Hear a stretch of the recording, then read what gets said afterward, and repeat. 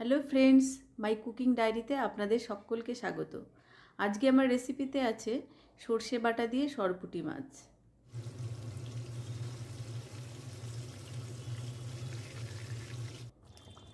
তো চলুন দেখে নেওয়া যাক রেসিপিটি। প্রথমে আমি মাছটাকে ভালো করে কেটে ধুয়ে নিয়েছি। তারপর নুন হলুদ দিয়ে আমি কিছুক্ষণ মেখে রেখে দেব। তারপর মাছটাকে আমি ভেজে নেব। তার জন্য বসিয়ে দিলাম আমি কড়াই। এটা গরম হয়ে গেলে দেব সর্ষের তেল। রান্নাটা আমি সর্ষের তেলেই করব। তারপর দেখুন একে একে আমি মাছগুলো ভেজে নিচ্ছি। মাছগুলোকে কিন্তু আমি বেশি ভাজবো না, হালকা করে একটু ভেজে নেব।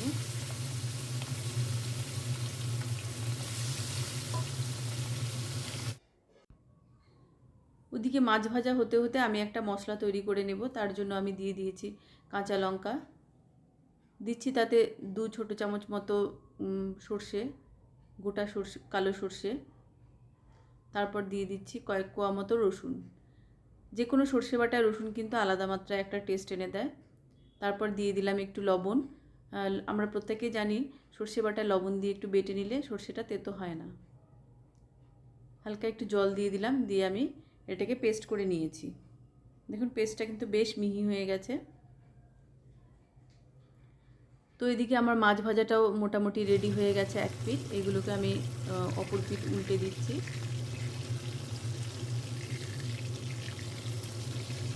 মাছগুলোকে কিন্তু আমি খুব একটা বেশি ভাজবো না, হালকা করে ভেজে নেব। এই মাছগুলো আমার ভাজা হয়ে গেল। নেক্সট আমি বাকি মাছগুলো ভেজে নেব। তো সব মাছ আমার ভাজা হয়ে গেছে। এবার এক্সট্রা তেল দিলাম না আমি, এর মধ্যে দিয়ে দিচ্ছি রাঁধুনি ফোড়ন। সাধারণত সবাই কালো জিরে ফোড়ন দেয়, আমি এখানে রাঁধুনি ফোড়ন দিলাম। তার জন্য কিন্তু রান্নাটা একটু অন্যরকমের টেস্ট হবে।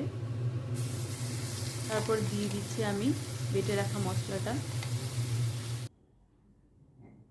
দিয়ে দেব তাতে প্রয়োজন মতো হলুদ গুঁড়ো আর লবণ।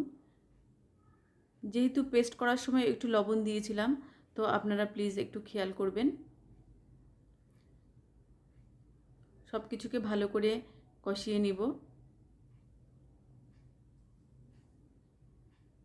2 থেকে 3 মিনিটের মতো এভাবে একটু কষিয়ে নিয়ে তার মধ্যে আমি দিয়ে দেব জল। জলটা আমি এখানে একটু গরম জলই দিয়ে দিয়েছি। জলটা খুব একটা বেশি দেব না।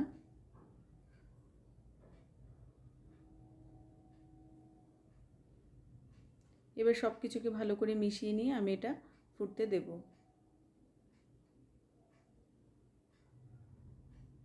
দেখুন ঢাকা কিন্তু আমি দিচ্ছি না, ঢাকা দিলে সর্ষেটা অনেক সময় তেতো হয়ে যায়। ঝোলটাও ফুটে গেছে।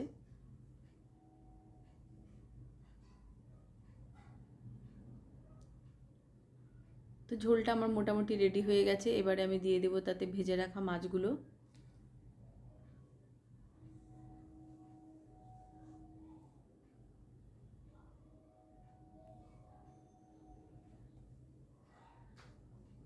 সব মাছগুলো আমার এবার দেওয়া হয়ে গেল।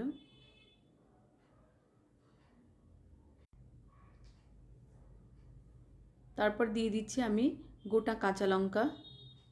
এখানে 3-4টে মতো আমি গোটা কাঁচা লঙ্কা দিয়ে দিলাম। এইবারে আমি ঢেকে দেব, যাতে করে মাছটা একটু ভালো করে সেদ্ধ হয়ে যায়। 2-3 মিনিট ঢাকা দিয়ে রাখবো। হয়ে গেছে আমার 2-3 মিনিট। এবার দেখুন ঝোলটা বেশ গামাখা হয়ে এসছে। রান্নাটাও মোটামুটি আমার কমপ্লিট হয়ে গেছে। তো ফাইনালি আমার রান্নাটা কমপ্লিট হয়ে গেছে। এবার তাতে আমি দিয়ে দেব 1 চামচ মতো কাঁচা সর্ষের তেল। যে কোনো সর্ষে বাটা কাঁচা সর্ষের তেল দিলে কিন্তু ভালো লাগে। তারপর আমি একটু ফুটিয়ে নেব। তো আমার রান্নাটা কমপ্লিট হয়ে গেছে। আপনারা চাইলে এর ওপরে ধনেপাতা কুচিও দিতে পারেন। আজকের রেসিপিটি আপনাদের কেমন লাগলো প্লিজ কমেন্ট করে জানাবেন। লাইক শেয়ার করতে ভুলবেন না। যারা সাবস্ক্রাইব করেছেন তাদেরকে অসংখ্য ধন্যবাদ। আর যারা নতুন এখনও সাবস্ক্রাইব করেননি তারা প্লিজ সাবস্ক্রাইব করবেন নোটিফিকেশন বেলটা প্লিজ অন করে রাখবেন, যাতে করে নতুন নতুন রেসিপি দিলেই আপনাদের কাছে সহজেই পৌঁছে যায়। আপনারা সকলে ভালো থাকবেন, সুস্থ থাকবেন। নমস্কার।